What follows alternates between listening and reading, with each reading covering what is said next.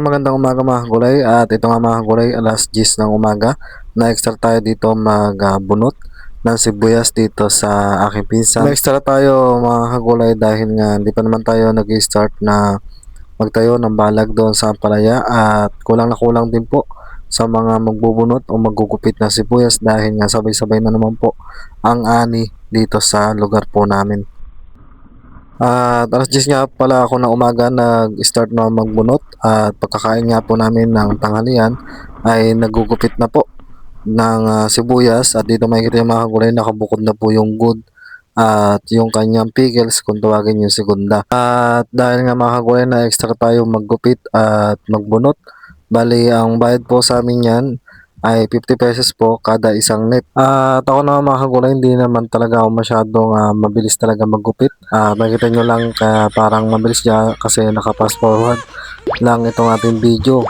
Dito nga mga kagulay, pasadong alas 4 na ng hapon. Kung mapapansin nyo mga kagulay, marami na pong nakatayong net. At kami pa rin po ay diretso pa rin po sa paggugupit dahil napakadami po namin gupitin tapos kulang na kulang po sa mga kasama po na magugupit dito sa areas. Bali mga kagulay, ito nga palang pinaggupitan namin ay nasa 4 mil sukat yung aking tansya dito sa area. Hindi ko na nga masyadong natanong nga dito sa pisang ko kung gaano na nga ba kaluwang itong area na to, pero sa inani naman po niya o sa bilang ng net sa area na to ay napakagandang ani na po ito sa sibuyas. At ito nga mga kagulay, naka 150 net itong ating pinag-gitasan o pinaggupitan ng sibuyas.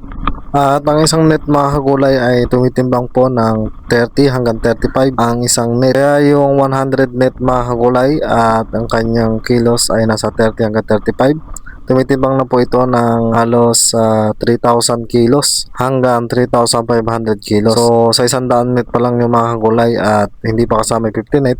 Kaya nga kung kukwentahin pa yung 50 net ay nasa 4,500 kilos po itong sibuyas. So depende pa rin po kung ilang kilo po yung aabutin ng isang net. Doon po malalaman at lalabas yung magiging ani nitong sibuyas. At sa presyo ng mga gulay, medyo nakakulungkot lang dahil medyo mababa po talaga ang presyo ng sibuyas ngayon dahil sa sabay-sabay na naman po na pag-ani. Dito mga gulay, medyo inabot na nga ng gabi itong paggugupit ng sibuyas at ako ay hindi na po naggupit dito dahil wala po akong dalang flashlight at sila po ay meron silang mga ilaw. Bali naman tayo mga kagulay ay naka dosing net po tayo na good yung ating nagupit at ang bayad nga po nun ay 50 pesos kada net, kaya meron po tayong 600 pesos. Dahil nga sa sobrang taas na ng mga bilihin ngayong panahon na to, malaking karagdagan na po ito sa panggastos sa araw-araw at magiging budget. Kasi lalo na ngayon napakamahal ng mga bilihin. Sa pagtaas nga ng mga produkto ngayon talagang unang tinatamaan dito yung katulad naming mga magsasaka.